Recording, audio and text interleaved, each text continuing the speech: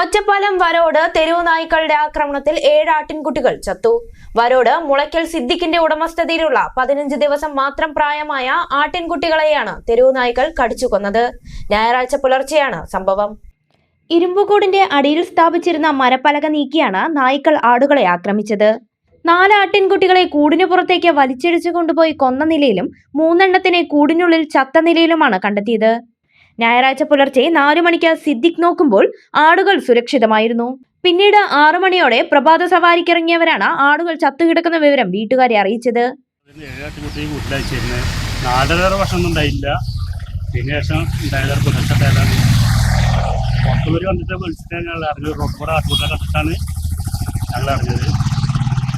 നായ്ക്കളുടെ ശല്യം ഉണ്ടോ? ഇതിന്റെ മുന്നേ 4 കടിച്ചിരുന്നു. അത് എപ്പോഴുണ്ടായത്? 1-2 വർഷമായി. ഇതിപ്പോ എത്ര ദിവസമായി നമ്മൾ ആരോടും പ്രചരിച്ചിട്ടൊന്നുമില്ല. എത്ര ദിവസമായി പ്രസവിച്ചിട്ട്? 2 ആഴ്ചയുള്ളൂ. ഒരാഴ്ചയുള്ളിൽ, അങ്ങനെ മൊത്തം 2 ആഴ്ചയുള്ളിൽ തന്നെ ഉള്ളൂ. അധികം പ്രായമൊന്നും ആയിട്ടില്ല. ഒരാഴ്ചയൊക്കെ ആയിട്ടുള്ളൂ. 4 കടിച്ചു കൊണ്ടുപോയിരുന്നു. കൊണ്ടുപോയി ആൾക്കാർ കണ്ടവരുണ്ട്. 8 വർഷത്തിലധികമായി ആടുകളെ വളർത്തിയാണ് സിദ്ദിഖിന്റെ കുടുംബം ജീവിക്കുന്നത്. കുടുംബത്തിന്റെ ഏക ഉപജീവന മാർഗമാണ് ഇതോടെ നഷ്ടമായതെന്ന് സ്ഥലം സന്ദർശിച്ച ജനപ്രതിനിധികൾ പറഞ്ഞു. സിദ്ദീഖ് മുളക്കൽ എന്ന് പറയുന്ന അയാളൊരു വീട്ടിൽ വളർത്തുന്ന ആട്ടിൻകുട്ടികളെയാണ് ഇപ്പോൾ ഇന്ന് ഒരു 7 എണ്ണം ഇപ്പോൾ ഒന്ന് നഷ്ടപ്പെട്ടു. മുമ്പ് ഒരു 4 എണ്ണം നഷ്ടപ്പെട്ടു. ഇതുമായി ബന്ധപ്പെട്ട് ജീവിക്കപ്പെടുന്ന മനുഷ്യരാണ്.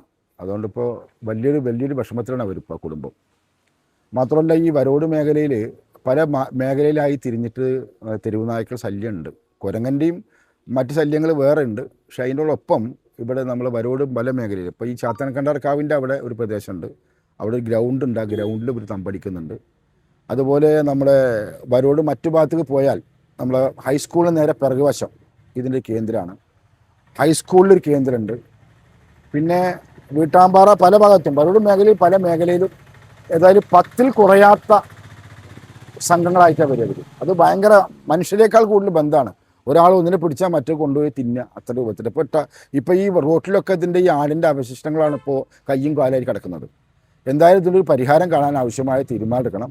ഒരു വലിയ ബുദ്ധിമുട്ടിലാണ്. ഇനിയിപ്പോൾ ഈ മാസം 1-ാം തീയതി ഇവരിപ്പോൾ തുടക്കം ഈ മാസം 1-ാം തീയതി ഒരു സ്കൂൾ തുറക്കുകയാണ്.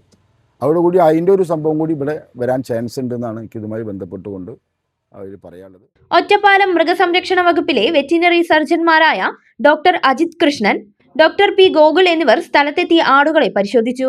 ദുരന്ത നിവാരണ പദ്ധതിയിൽ ഉൾപ്പെടുത്തി സിദ്ദിഖിന് നഷ്ടപരിഹാരം ലഭിക്കാൻ ആവശ്യമായ നടപടികൾ സ്വീകരിക്കുമെന്ന് ഡോക്ടർ അജിത് കൃഷ്ണൻ അറിയിച്ചു. വാർഡ് കൗൺസിലർ PR ശോഭന, മുൻ കൗൺസിലർമാരായ K അബ്ദുൾ നാസർ, K സുരേഷ് കുമാർ എന്നിവരും സ്ഥലം സന്ദർശിച്ചു. പ്രദേശത്ത് തെരുവുനായ ശല്യം രൂക്ഷമായതിൽ നാട്ടുകാർ ആശങ്കയിലാണ്. സ്കൂളെല്ലാം ഓപ്പൺ ആവാനായില്ലേ? സോ എല്ലാവരും സ്കൂളിലുള്ള പർച്ചേസിംഗിലായിരിക്കും. അപ്പൊ നമ്മൾ എത്തിയിട്ടുള്ളത് ഒറ്റപ്പാലുള്ള റോയൽ ഹൈപ്പർ മാർക്കറ്റിലാണ് കേട്ടോ. സോ ഇവിടെ സ്കൂൾ ബസാർ തുടങ്ങിയ കാര്യം നിങ്ങൾ അറിഞ്ഞോ? അപ്പൊ ലൊക്കേഷൻ ആരും മറക്കണ്ട, ഒറ്റപ്പാലം റോയൽ ഹൈപ്പർ മാർക്കറ്റ്.